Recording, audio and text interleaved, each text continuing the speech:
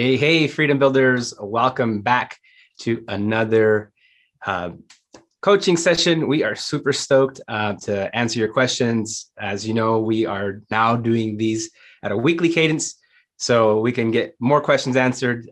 We've noticed that at the monthly cadence, of course, some questions could slip through the cracks, but this way here, you at least have every week and every opportunity to get those questions. And I'm joined by Cole. How's it going, Cole? Hey, good, Rolando. Thanks for having me on again. Enjoyed it the past couple weeks and glad to be here for week number 3. Awesome. And he's back by popular demand. The guy is just amazing. He's a well of knowledge when it comes to all things Amazon. So, or a wealth of knowledge, I should say, when it comes to all things Amazon. So I'm always excited to be co-hosting with him. But we are going to jump right into the questions. I see that they're already rolling in, so that's awesome. And so like we always do, we'll start with the questions that have already been submitted earlier throughout the week, and then we'll just roll into like the next questions that are as soon as we get done with the existing thread. So let's see here. It looks like Craig, actually Craig just giving a shout out. He says, happy to be here. Looking forward to Thursday. We're glad to have you, Craig. Awesome that you're listening in and tuning in. Looks like Sonny has the next question. And the question is basic question on scaling in very simple terms. How do you scale your business, assuming you have a good selling product but limited funds? In the $1 million case study, I'm assuming that they're deep pockets for the second order shipment. If they roughly break even in their first order, when they increase their order for the second shipment, because I think Amazon allowed them to warehouse 2,000 units, they would need to invest their original amount, I think roughly 5,000, if I remember correctly, and then invest an additional 5,000 from savings or borrowings, et cetera, of capital. There may be something basic that I'm missing. How do you scale with limited funds? Thank you. All right. So to sum it up, it sounds like you had well, I don't know. It's that's a complex question. I don't know if there's an easy way to answer it. I think it really depends on the situation you're in. If you're on limited funds, I'd say launch your first product, give it time, wait till you recoup some of that money. Hopefully you make a little bit of money on it, and then you can reinvest that back into the business.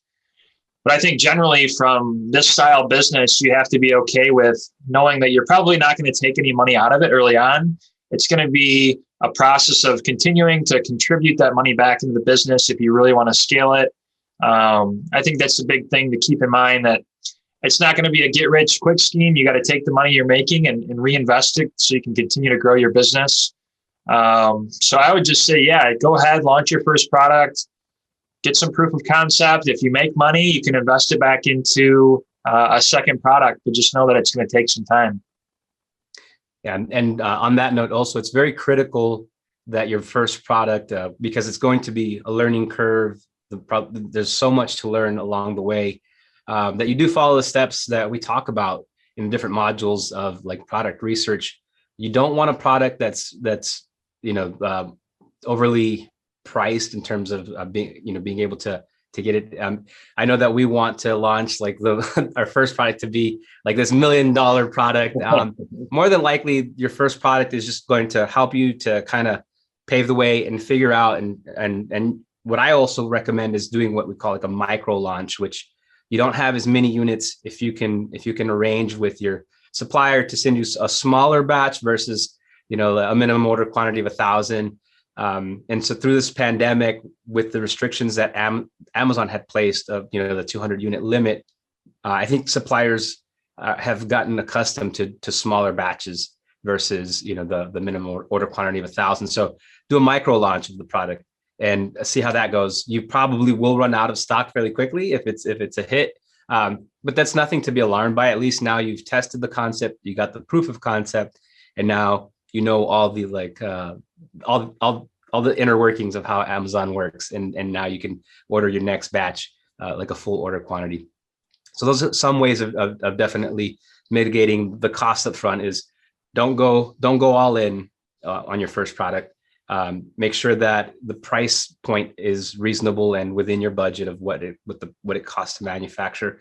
And remember, there's going to be expenses along the way that you may not foresee. For example, the shipping from port to Amazon, little things like that you want to keep in mind. So yeah, micro launches is the way to go if you can arrange that with your supplier, and that should help in terms of then by that time you'll have the proof of concept, and then you can reinvest what you put in. All right, let's go to the next question. Rob has the next question. Any news on downstream will be integrated when downstream will be integrated with Jungle Scout? My 1 month trial is ending soon. I know that it's definitely in the works. You know, our engineers are hard at work. I think the hardest part is done when you say Cole is acquiring downstream, because those. Yeah, right. I know that was a project in the works for quite a while. But yeah, I'm excited too for when downstream is going to be integrated with Jungle Scout. I know from having used the tool, it is pretty darn awesome. It's powerful. And I'm sure you've seen that, Rob, from just using the 1 month trial. So I'm definitely excited as well for us to get integrated. Yeah, but unfortunately, we don't have any specific dates. If and when we find out, you all will be the first to know. This community, Freedom Builder Bootcamp, we are here to support you and really help you grow your business. So you will be the first to know. All right, Rajna asks, what is the best way to handle the situation where product will be out of stock soon and inventory still in manufacturing? What impact does it have on establishing organic ranking? I'll start by saying one thing you'll want to do is, if you're noticing that you're running low on stock, I would immediately stop my PPC campaigns. So that way they can kind of slow down the sales volume. It will have an impact on your organic rate if you stock out. But stocking out isn't the end of, it's not the end of the world. It's not, you'll just have to rebuild your ranking and, just follow the strategy you did when you initially launched to kind of get things going again, run those coupons and run PPC. And so you'll start to see that it'll just kind of bounce back. But yes, unfortunately, if you do stock out, there's not a whole lot that you can do. Yeah, I don't know if you have any other add-ons. Just do whatever you can to stay in stock. Every time you go out of stock, your competitors are going to eat up all those sales, and vice versa. When they go out of stock, you'll probably see that you're getting all the sales. So that's been one of the biggest learning curves for me over the years is understanding the importance of staying in stock and trying to decide what I can do to prevent that. I think the PPC sales, as you mentioned, Rolando, is a good one. You can either pause the campaigns completely, or you can decrease the budget you have on them to slow that speed. And also just different types of shipment. If it's feasible to air shipment something versus sea shipment that maybe you got to pay a higher cost, but you're going to prevent your product from being out of stock, that might be something you want to look into. But yeah, just do what you can to stay in stock. That's your competitors are going to eat up those sales, and you don't want that. So definitely one of the more important things to selling on Amazon.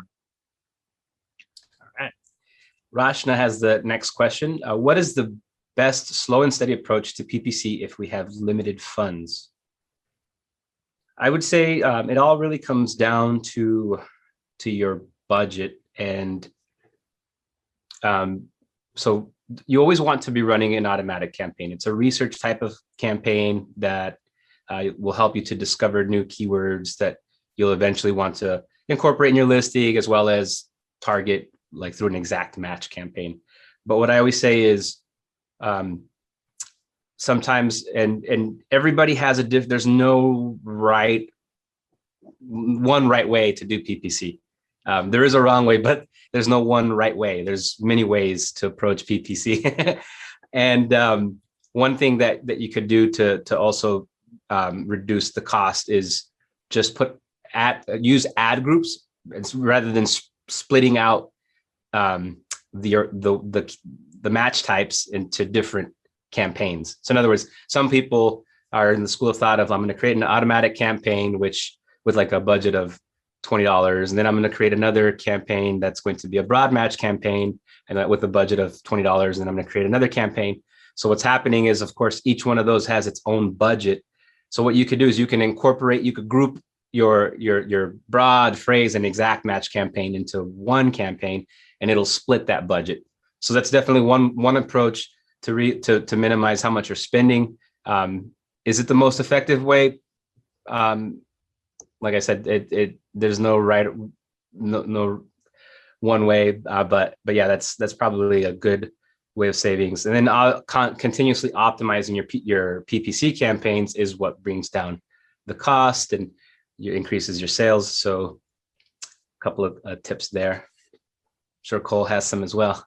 I think that was pretty spot on. I think the biggest thing, maybe when you're starting out selling or starting out with PPC, I like to just test an automatic campaign. It kind of allows Amazon to run their algorithm and see what words are relatable to your product. And you're going to get some feedback from that to decide what words are working well and what words aren't. So I always like to launch an automatic campaign. I prefer to run them all the time, but I think they're especially important with the new product. So yeah, I think run the automatic campaign. You can put a tight budget on it. And then once you get some feedback from there, you can start to create some of those manual campaigns and start to build that out. Awesome. All right, I'll toss this one your way, Cole. All right. Rashna asks, if I'm ranking organically on a keyword and getting sales on that keyword, then should I reduce the bid on it? So no, I think what you'd want to do if you're ranking organically on it, it probably means that it's a very relevant word that you're converting well. So you're going to want to show up on the top of that word as much as you can. So if you're advertising on that keyword, you have a good ACoS or a good ROAS, and you're also ranking well on that word, I would recommend you increase the bid. You want to increase that bid if that's a word you're doing well, because you want to take up as much real estate on that search as you can. So if you've got an organic listing that's showing up, say anywhere from 1 to 4 spots on that listing, you also want to show up for that PPC spot. So that way, when somebody types in that search term, they're going to see your listing twice, and it's going to be a lot more likely that they're going to click on your page.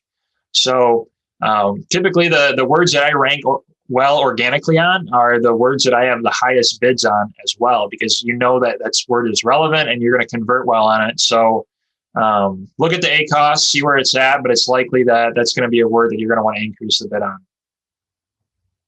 All right.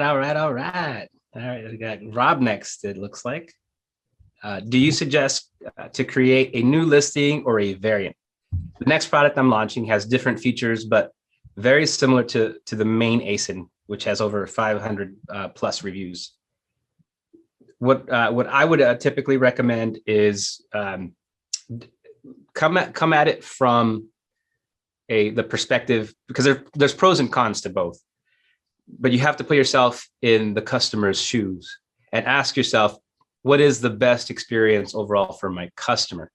Now, pros of combining and one listing and just having variants is definitely, your other variants are going to benefit from your PPC campaigns that you're running maybe on your best product. So, someone comes there and originally they wanted a red variant, but then they look, oh, he's got a blue. And so like it kind of, and they probably were convinced like, yeah, I don't want red, but then they see the blue. And so then they ultimately buy. So that's the beauty of that, is that it helps in terms of, they help each other. But when I say look at it from a customer's perspective, I see people tossing products that are variants that are so varied, and it's just such a horrible user. It's like it's not a color difference. It's actually like a shape difference, and it's just so many different features in the next product that it really isn't a variant. It's more of its own product in and of itself. And it does make for a poor user experience, because then I'm confused. I'm like, okay, wait, what is this product? Is it this or is it that? So that's when I say, like, look at it from the customer's perspective and then draw from that experience and then build that way. Yeah, I think that's pretty spot on, Rolando. I agree with you. You got to make sure they're relatable and think of it as a customer and what they would want to see. So spot on. All right, Rob's got the next question, and he asks, "What's an average time frame in order to turn a profit? I feel like everything is going back into the business to stay in stock and for PPC." I'll swing That's that. kind of a follow up to the question we got earlier, as far as like launching that second product. I don't know if there's an average time. I would say typically the way that I look at it for like a first product launch, I don't always focus on making profit on that first product launch. It's more of a chance to test the product, to learn something about, the market, the keywords that go well with that product, and then to ultimately decide if it's something that I want to reorder and I can be profitable on it long term. Because that first time you're going to spend more money in PPC because you don't have any reviews, and you're just kind of building up your listing, which typically leads to, maybe your conversion isn't as high because you don't have any reviews yet, and you're going to pour more money into the product, into the business. So I would say keep that in mind for your first order. By the time you get to your second order, it's probably a point where you should start being able to turn a profit. I don't know if you can really put a time frame on that because it depends on when you sell out, but I'd say typically the first order, really not so much as focused on turning a profit, but the second order you place should really be a time where you're starting to profit on that product. And I would agree wholeheartedly with that. So let's see here. Rob's got the next question, and he's asking, are the weekly coaching sessions every Thursday? Yes, they're every Thursday at 1 p.m. Eastern Standard Time. So make sure to take full advantage of this opportunity to just kind of have some coffee with us, chat and talk and get your questions answered. All right. Now Edward has the next question. You want to read some of them? Yeah, I'll read one for you. You can save your voice. You can save your voice a little bit. All right. So Edward has a question here for us. I am a new seller and planning to go for the brand registry program soon, but what should I write in brand name and manufacturer now? Okay. So brand name, I think you can, and correct me if I'm wrong, Rolando, it's been a little bit since I've actually gone through this process, but brand name can really be anything you want it to be, what you're going to sell on Amazon, what your brand is going to be. So whatever your store is called on Amazon is what you're going to want to put in for your brand name. As far as manufacturer, I don't know if that's similar to like when you're building a listing on Amazon and you just put your own brand name on there, or if you have to actually put your own manufacturer on there. Do you know that, Rolando? Well, what I like to do is in the brand name section is put in/A, so not applicable at the moment kind of thing. And what happens is just makes it for a smoother transition. You can put the brand that you're looking to trademark, but because it's not trademarked, I would ultimately just put in/A for the time being. And when you go through the whole process, then they'll be able to update that and replace that. Just makes it a little smoother transition, I guess. And that's, I'm all about trying not to go down that rabbit hole of seller support and having to yeah you don't want to start and forth. I think that's a good recommendation. All right. I'll read this next one here looks like we get another question here from Edward too. For shipping, do you need to create a shipping plan in order to see the address? Are there any addresses I can use to roughly gauge how much the shipping cost is for 300 kilograms? So when you're creating a shipment plan in Seller Central, you have to go through that process in order to see where Amazon wants you to send the goods. If it's your first shipment, I think it's likely that they're going to have you send it to the same fulfillment center if it's like a standard size product. But yeah, you kind of have to go through the process of building a shipment to see where they're going to send it, or where they want you to send the goods. And if you go through that process, there should be an option where you can kind of get a quote for that. I think you actually have to hit create a shipment, go through and fill out all the dimensions, the weight of your product. And at that point, it kind of gives you a rough estimate of what it's going to cost you to ship it. Yeah, I don't know. I think it depends where you're shipping it from as well. If you're shipping it from, say, your suppliers in China, it's not going to really give you a rough estimate there. But if you're shipping it from your house or somewhere, say in the US, it should give you a rough estimate of what that's going to cost. Cool. Next, we have a question from Angela.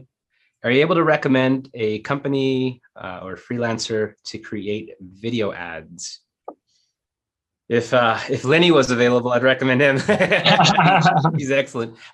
Unfortunately, he's not available for that. He doesn't do side gigs. But I don't know if you've been to Jungle Market. Definitely, that's a good starting point to be able to find freelancers on there. They're usually the reason it's good is because one, their focus is entirely like Amazon, so they know exactly what to look for and what the requirements are and that Amazon has. So that's why I would say that's a good starting point. If for whatever reason you're having difficulty finding someone there, the way that I do video is I've done it in the past with Fiverr as well. Fiverr is pretty good, but you're gonna pay a little. You're not gonna get someone for $5. The name is very misleading. It's gonna be, if you want good work, good quality work, it's gonna cost you more. So you're gonna have to go for, maybe look at reviews, look at like turnaround time for that particular person, and see, maybe find someone through Fiverr. But I can't imagine. And locally, probably ideally locally, someone local. Trying to think of places that I've gone to get, because I do a lot of video projects. So normally I do them all by myself. I film my own things. Hit up Rolando if you need help. He's the guy. I don't know if you have any other recommendations. No, I don't know. I think the Jungle Market. I just dropped the link in the chat if you want to go check that out for the Jungle Market. That's the place I would recommend. I don't know. I don't really have a whole lot of experience with video ads, so I can't really point you in the right direction. But I think you'll find quite a few talented people there in the Jungle Market. All right. If I happen to come across something, Angela, I'll let you know.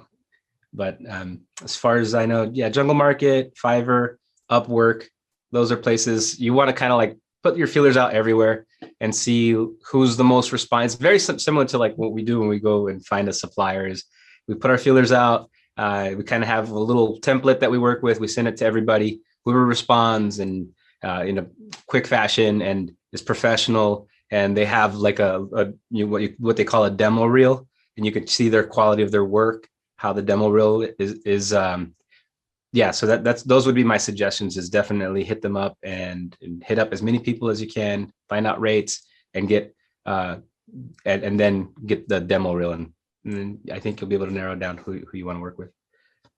And once you establish that rapport and that relationship, that's the beauty, is that now you have someone that you could turn to every time for every product launch. All right, so looks like Angela has the next question. When storing products at a 3PL, will they store different products on the same pallet? For example, if I have two products that each fit 20 cartons per pallet, and I have 25 cartons of product A and 22 cartons of product B, will they put the extra 5 cartons of product A and the extra 2 cartons of product B on one pallet? So typically with a 3PL, what's going to happen is when your product arrives at their warehouse, they're actually going to divvy it up per SKU. So because they want to be able to access it and retrieve it. They have they want to know exactly where it's at. They'll probably have bins, or in some cases, if it's a pallet, they might split out the pallet. They'll split out the pallet. So yeah, they don't keep the SKUs together. Just think of it like a Amazon one of their fulfillment warehouses is the same. They have specific bins for your product per SKU. So that's why that's what they do, the same, very similar fashion. All right. Yeah, they got to keep it organized. They will, though, when you're shipping a pallet to Amazon, they will go ahead and they'll combine everything there just to kind of save you on cost. So they'll store it how they need to in order to keep it organized. But when you go ahead and create a shipment, your 3PL should bulk all the goods onto a full pallet. It'll end up saving you money that way. So, all right. Angela has the next question. I've heard that you should not capitalize the first word for each bullet point on your listing now. Is that correct? Do you recommend removing capitalizations on the listing? So it sounds like you're talking about like fully, like in full caps lock, the whatever like your feature is. Yes, it's kind of a gray area. We don't know for certain. It's not in their documentation. However, just keep in mind that Amazon's end goal is a good customer experience, right? And so what they're trying to create is uniformity among, when someone shops, just because they're shopping and they're on your listing, it shouldn't be very different from the next one. They want it to be almost, and for the most part, they succeed at that. Most people don't even realize that there's, hundreds of thousands of sellers selling on Amazon. People think that like it's Amazon selling to them directly.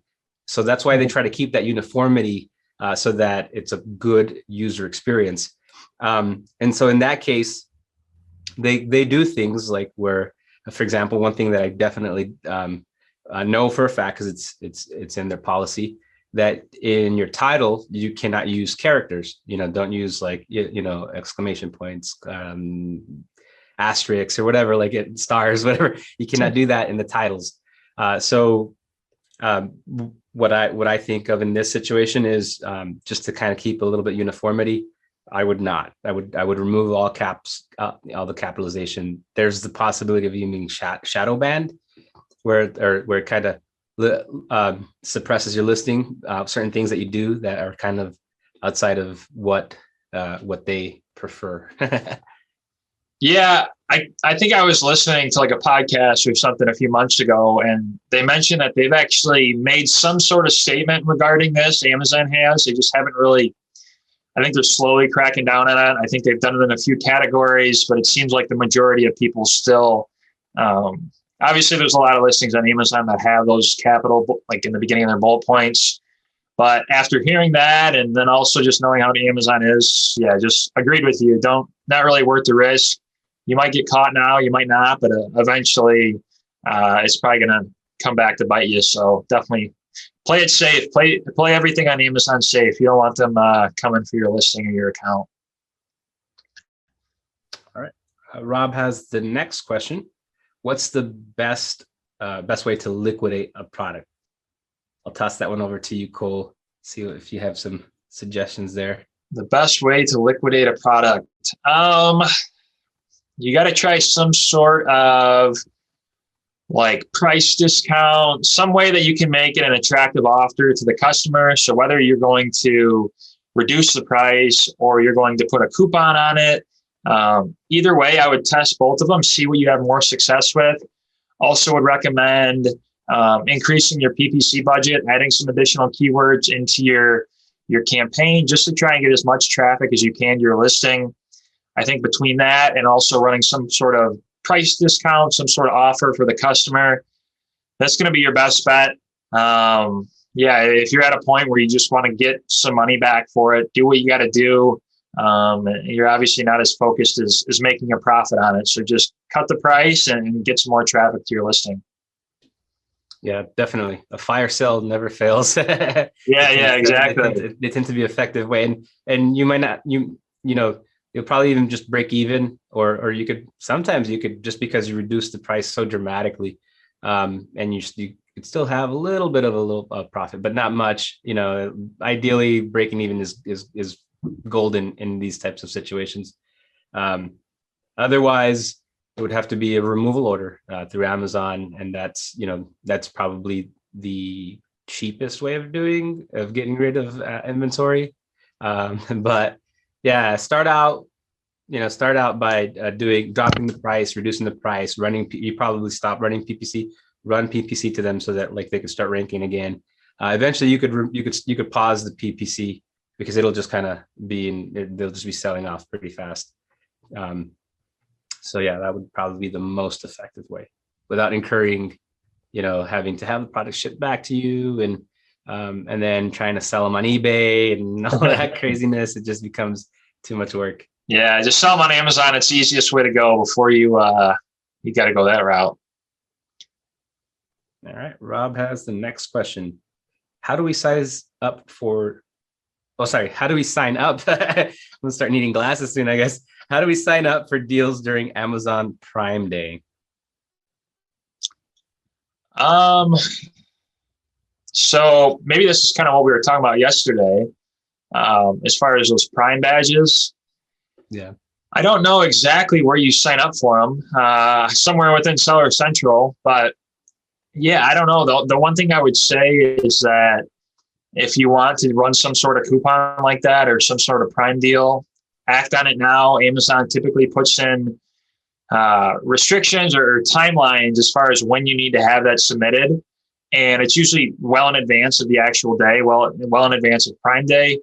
So yeah, I would recommend that you look into that, and if you want to do it, you do it ASAP, just to make sure you have everything squared away before that timeline approaches. Yeah, and right now it's looking like, was it June? June.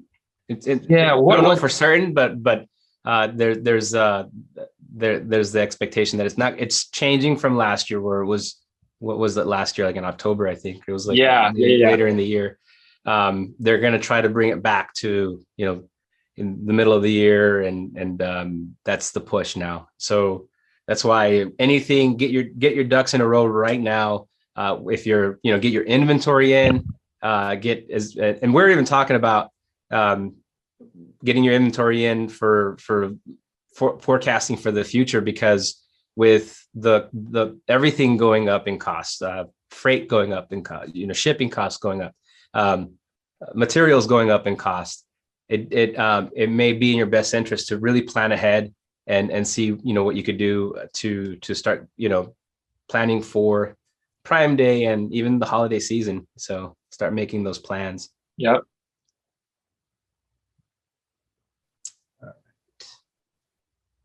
Looks like ZR asks, "Hi guys, PPC is a little bit complicated for me. I have a couple questions. When launching the product, is it best to run automatic first, then after a while take the keywords and put them into manual campaigns, or best approach is to launch both automatic and manual at the same time?" I'll let you touch on that one. Yeah. So for launch, I typically like to run an automatic campaign. I always like to run automatic campaigns, get a little bit of information as far as what words are relevant to my product. I also like to run a manual campaign too when I start, because usually you have a good idea of keywords that are relevant to your product. So like to start off with that, have some words in broad or phrase, maybe have some words in exact as well, which is going to give you just some feedback for those keywords that you want to rank on, and also to understand if you're going to convert well on them. So I like to do both. I think the automatic campaign is great, gives you some feedback as far as maybe some words you want to later on add into your broad or your phrase or exact. But yeah, I think there's pros to having them both run, and if you have the budget for it, I think it's definitely worth doing both of them. Yeah, and I would agree to that. In that, what's happening is your automatic campaign, though it will give you some results, the most effective results come from a broad and a phrase match campaign, in my opinion, just because when you're using broad and phrase, they're really they're honing in on searches very specific to your customer. Whereas with an automatic campaign, it's hit or miss. So I just think that running both at launch is going to give you more results faster. And so if you're looking for speed, that's the way to do it. But like Cole says, it all comes down to budget and what you've budgeted for PPC. And looks like the next question is, when optimizing the phrase campaign, when adjusting the bids at the search term, are the bids will be adjusted to the keywords or for the customer's search terms? So when you're adjusting the bid for a phrase, when you adjust the bid, it's going to adjust what that phrase keyword that you have, which is then going to flow through to the specific customer search term that they're typing in. So, an example would be if you're typing in like like a dog toy, that's going to be, let's say that's your phrase. And then the more specific customer search term would be like, outdoor dog toy for big dogs or something along the lines of that. And even if you're adjusting your bid at the dog toy level, that's going to then decrease or increase the bid for that longer, more specific search term that the customer is typing in. So yeah, just keep that in mind. If there's a word that's doing well under that phrase that you want to keep the bid on, maybe you can add it to an exact keyword, and then maybe you want to decrease the bid for the rest of it. You can do that. So that way you're still getting ranking and you're showing up on the important keyword that you're doing well on. But then you want to decrease maybe in other areas where it's not performing as well. So yeah, keep that in mind. When you make a change to it, it's going to change it across the board. And that's why, as part of the process of optimization, you are finding those long tail keywords that are your best performers, and essentially moving them into an exact match campaign, so that you could put budget specifically towards that, and then negating it in the campaign. That's a very important step, so that you're not double dipping and essentially kind of self cannibalizing your campaigns. So that's why we negate that keyword. And I think your next question here says, if a specific keyword doesn't have some clicks with no sales, why just reduce the bid instead of putting in the negative targeting? So you could go about it either way. There's not one right or wrong way. You could put it as a negative keyword, or you could just lower the bid on it. But what I think the minimum, if I'm not mistaken, is 20 cents. Is that right? So it's, if it hits at that 20 cent mark, then more, like that's a good win. Yeah, no, I like to test a word and see how it's doing. I like to give it, X number of clicks. And if it's still not doing well, the first step I typically do is decrease the bid, give it some more clicks, give it a chance to see if it's going to perform or not, before taking that step to edit in a negative. Because you'll find sometimes maybe it gets to 10 clicks, you haven't made the sale, and then you decrease the bid, you give it another 5-10 clicks, and that word might start to be profitable for you at a lower bid. So especially early on, you don't want to add those words to negative too early. You want to give them a chance, because sometimes there are those words that will not perform for the first few clicks. You decrease the bid and then it starts to ramp up. So just give a word a chance. You don't want to add it into negative too quickly. And sometimes even it's interesting how some keywords will perform, seasonally and during different. So that's why by adding as a negative keyword, instead of just really, bringing down the bid, it could have performed well for you, but you just will never know. So that's why, yeah, ideally you start by decreasing the bid, and then ultimately, if you just don't want that keyword in there, then you would negate it. If it's definitely if it's just spending your budget and yeah, right, ruining your campaigns. All right, I'll read the next one here for you, Rolando. You've done quite a few in a row. So question 4 here is, if a keyword is performing bad on one campaign, should I remove it from all other campaigns or just this campaign? So I would look at it individually. I'd look at each campaign and see how the word's performing, because there's a chance that maybe it's performing poorly in this campaign, but it's doing really well in another campaign. So I like to kind of break it up and look at it individually. A lot of times, if it's a similar product, then maybe it's going to be performing bad on this campaign as well as the other campaign, but kind of look at it individually and see and look at the numbers, because that's going to be what's telling you what's going on. The truth is in the numbers. So yeah, if you want to remove it from that one campaign, it's not doing well, totally makes sense. But just go ahead and look at how it's performing in another campaign before you go ahead and remove it, before you remove it for your campaign, because there's always a chance that it might do well in one, but it's just not doing well in the other. So definitely look at the numbers and see what it's telling you.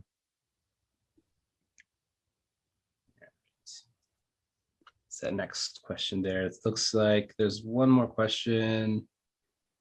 And what is the strategy to place the ad on the top of the first page? My ads are even in the bottom of the first page, or they aren't even on the bottom of the first page or the second. Ultimately, it comes down to your bid. How competitive is your bid? So just be aggressive on a keyword that you really want, that provides the results.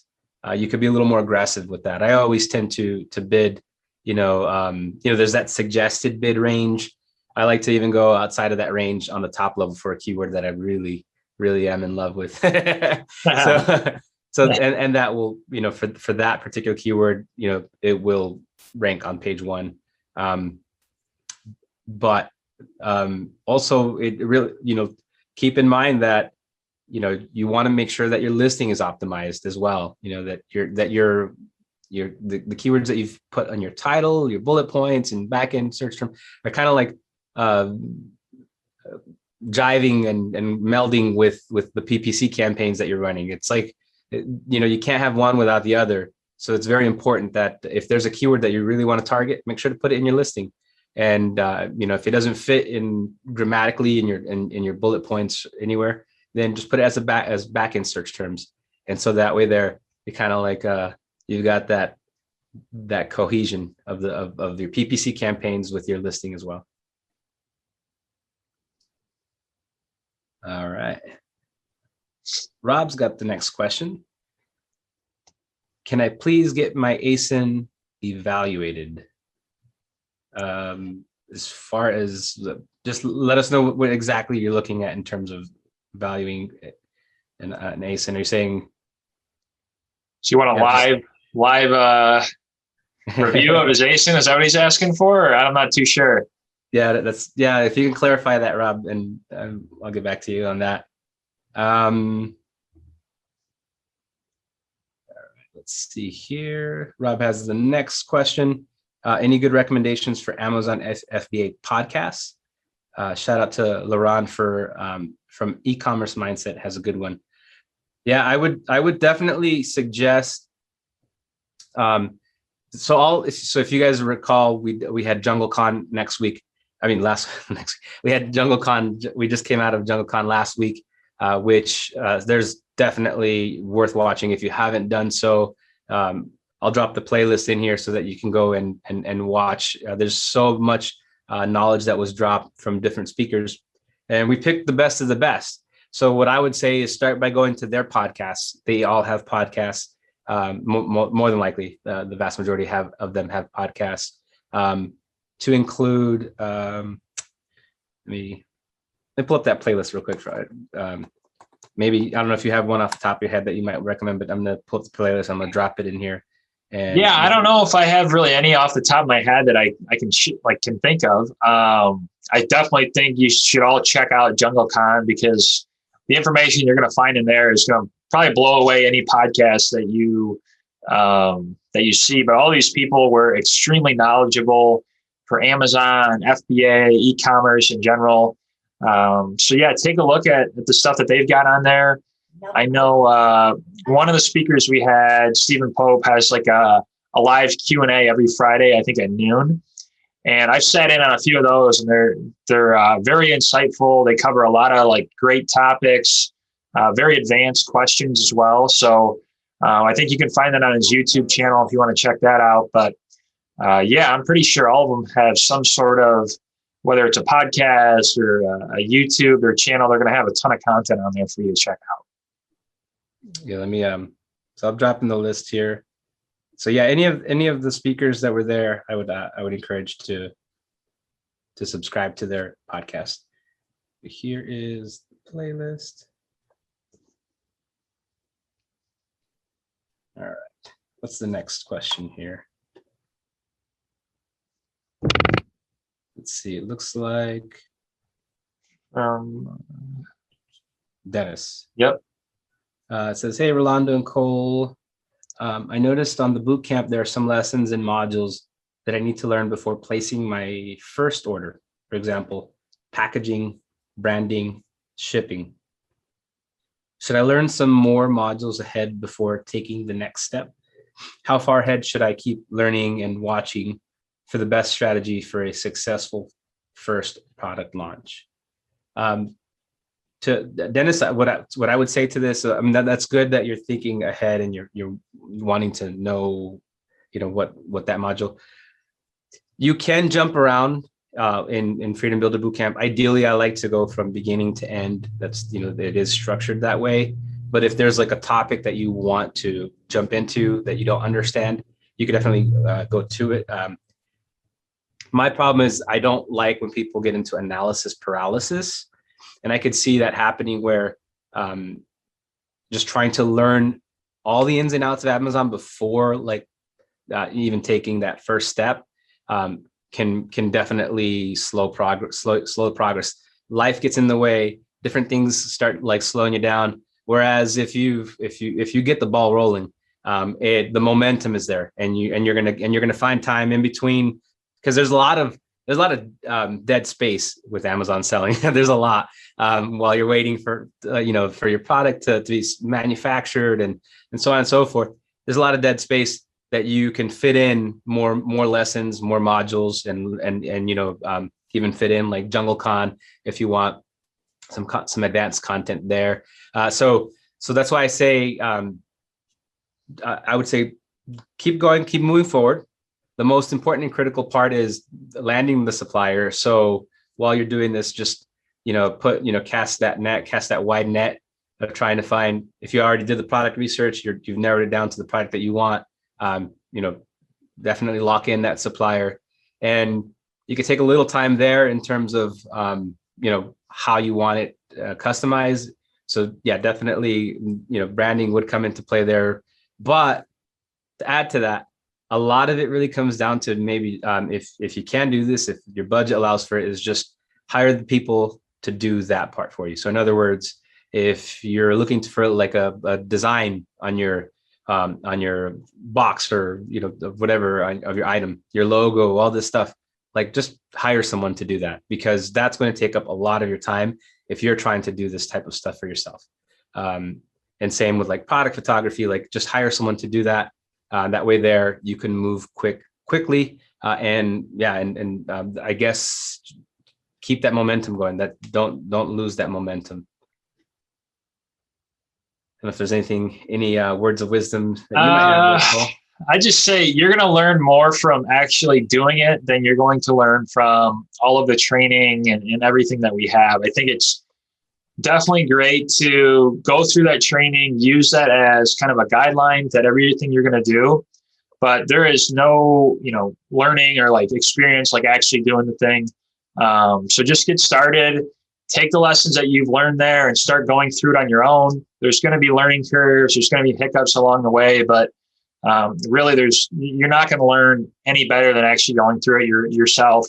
Because it can be overwhelming at times, but just once you get started, you'll learn, and then going forward, it only gets easier. So take those lessons you've learned, continue to watch the modules we have in there, but also start applying it and start kind of going through it for yourself. Awesome. And let's see, Alex has the next question. Is it true that after 2 failed appeals to get my account reactivated, then my account will be permanently deleted? I have just set up my Seller Central account and I was deactivated as per the usual process. I made a mistake in my first appeal, so I submitted a second on a week ago and still awaiting a response. I'd rather not try to set up a new account with a new email every time this happens. Correct. So I would hopefully, I'm hoping that you haven't tried to set up a new account with a new email, because that would be something that Amazon would frown upon. In other words, trying to, game the system that they have. It's always best to just work with them directly. And no, it's not after the second attempt. It's literally, you just have to, you have to just be in contact with them. I mean, I've known, it hasn't happened to me, but other sellers that they were just very persistent in communicating back and forth and providing them everything that they would that they needed, and that's essentially how they got their account activated. So so just be persistent in your approach by not trying to game the system and trying to create like a new account, because I know that they have ways and I think it's tied to your IP address. I don't know, but Amazon has ways of detecting that kind of stuff. Big brother is always watching. That is true. The next question looks like we've got from Alex as well. Will all my products I'm tracking be lost if my Jungle Scout subscription expires? Yeah, I do believe if you don't renew, all that information you have saved within Jungle Scout, within the products you're tracking, they will expire and they'll reset until you, once you come back, you kind of start back with a blank slate. Yeah. All right. Looks like we've got through all the questions, Cole. All right. Look at that. Did it with a few minutes to spare. With a few minutes to spare. So we're so glad that you all joined us. And next week, same time, same place, we'll be here. And Lenny will be joining me next week. And so Cole, we'll bring him back. We'll see if we could sway him. Maybe if y'all buy him a cup of coffee, he'll come join again. But Cole, it's been awesome. And yeah, we will see y'all next time. All right. Thanks, Rolando. Thank you. See you later.